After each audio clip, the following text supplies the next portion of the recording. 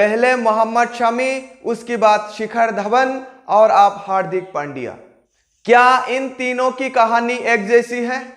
पहले मेहनत की, गरीब परिवार से आते थे, अपने सपनों को पूरा करने के लिए दिन रात मेहनत की, बचपन से लेकर जवानी तक क्रिकेट सीखी, जवानी में गए, टीम इंडिया में गए, आईपीएल में गए, फिर इश्क हुआ किसी और की प्यार से, फिर शादी की, शादी करने के बाद बच्चा हुआ। इसके बाद इन तीनों की जीवन में समस्या शुरू हुई है। समस्या यह है कि बीबी बच्चे से नहीं मिलने देते, पैसा मांग रही है। समस्या यह है कि बीबी से बनती नहीं है। समस्या बीबी ने टॉर्चर करना शुरू कर दिए हैं। समस्या बीबी ने अलग होने का फैसला कर लिया। तीनों कहानियां मोहम्मद शमी, शिखर धवन और अब हार्दिक पांड्या एक जैसा है, बिल्कुल एक जैसा कहानी है। मोहम्मद शमी ने इश्क किया था हसीन जहान से, शिखर धवन ने इश्क किया था एक मैरिड बॉक्सर से, और हार्दिक पांड्या ने इश्क किया था एक सर्बियन मॉडल से।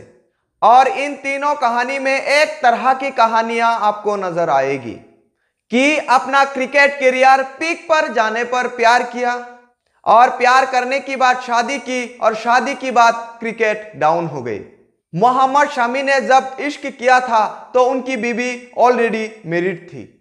एक पतलून की दुकान चलाने वाले के साथ उनकी मोहब्बत थी। केकेआर के लिए वो चेयर लीडर थी। एक पार्टी में मोहम्मद शमी से उनकी मुलाकात होती है, और उसी मुलाकात में ही मोहम्मद शमी दिल दे बैठते हैं। शादी करती है, एक प्यारी सी बच्ची होती है, लेकिन उसके बाद रिश्तों में खटास आती है, और उसके बाद उनकी बीवी ने मोहम्मद शमी को सार्वजनिक तौर पर देशद्रोही और गद्दार कहती है, बल्कि मोहम्मद शमी को मैच फिक्सर भी कहती है। मोहम्मद शमी को प्रोस्टिट्यूट के साथ रिलेशन बनाने वाला इंसान कहती है। शिखर धवन का जो केस है वो तो देश की अदालत तक भी गया, जहां पर अदालत ने यह कहा कि शिखर धवन को उनकी वाइफ ने मानसिक शोषण किया है। शिखर धवन की वाइफ ने उनके साथ जाति की है। शिखर धवन की वाइफ ने उनके ऊपर अत्याचार की है। शिखर धवन की वाइफ ने उनको टॉर्चर की है, उनके बेटे से अलग रहकर प्रताड़ना की है। और अब कहानी आ गई है हार्दिक पांड्या की। दोस्तों, तीनों कहानी में बहुत सारे चीज कॉमन है। शिखर धवन को इश्क हुआ था फेसबुक पर हरभजन सिंह की एक दोस्त जो कि बॉक्सर थी, जो पहले से ही शादीशुदा थी, जिसकी 2 बेटियां भी थी। लेकिन उसके बाद भी शिखर उनसे प्यार करते हैं। लेकिन शादी से पहले पति ने शर्त रखी थी, अगर आप दूसरी शादी करोगी तो मेरी दोनों बेटियां ऑस्ट्रेलिया में रहेगी। उसके बाद शर्त मान लिया जाता है। शिखर धवन इंडिया में रहती है।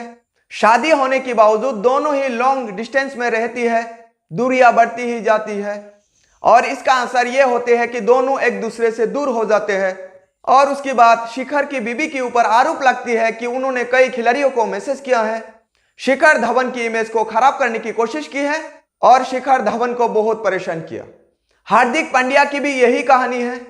अब खबर आ रही है कि हार्दिक पांड्या की वाइफ नताशा और हार्दिक पांड्या सेपरेट हो चुकी है, एक दूसरे से अलग हो चुकी है, और दोनों ही डिवोर्स की तरफ जा रही है। सर्बियन इस मॉडल ने पांड्या सरनेम हटा दिया है, और खबर यह आई है कि अब तस्वीरें भी हटना शुरू हो गई है। हालांकि सर्बियन मॉडल मुंबई में नजर आई।